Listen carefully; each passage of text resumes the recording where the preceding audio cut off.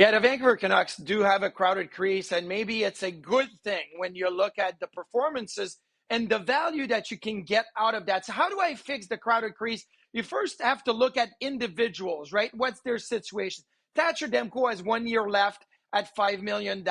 He will become a UFA after that. Maybe that's the option. You got to go. When Thatcher Demko is at his best, he can be put in the same category as a Connor Hellebuck, Jake Ottinger, Jeremy Swayman. Those four American goaltenders are always to be talked about. Hey, Four Nations, Olympics, and all that. Now, the last year, Demko was not healthy, so he wasn't in that conversation. But a fully healthy Thatcher Demko could very well be in the conversation to be one of Team USA's top three goaltenders, and that's great value when you look around the NHL. Not only would you be getting a 29-year-old goaltender, you'd be getting a really good goaltender. So the Vancouver Canucks could get a lot in return when you look at a Thatcher Demko. Kevin Lankinen, the value is not really there. You gave him a 5-year deal at $4.5 million this year because he played well. He put the Canucks in a really solid position to compete for a playoff spot.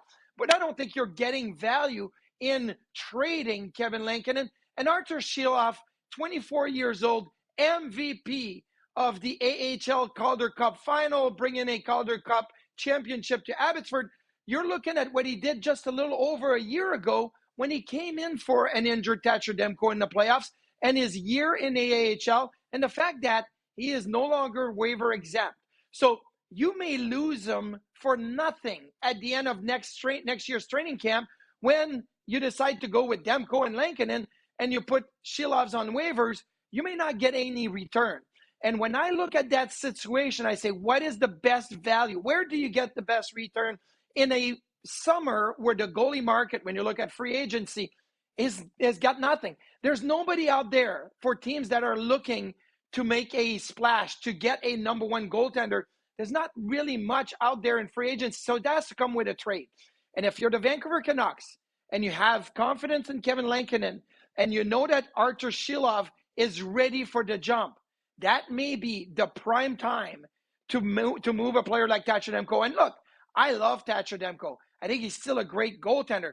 But considering the position that the Canucks are in right now, that may be the best timing to go out there, get value for Demko, a team that maybe out east that's looking for a number one goaltender, and you have your goaltending set now for the next 5 years with Lankinen and Silovs. So obviously a tough situation because, again, Demko could be one of those top 10 NHL goaltenders, top 3 American goaltenders with really high-end competition, but the value is there. So if that was me and I had that situation and I was in Vancouver, I would explore a Demko trade, get the maximum value and return you can, and go with Lankinen and Silovs and hope that it's going to be consistent enough and good enough to get you in the playoffs next year.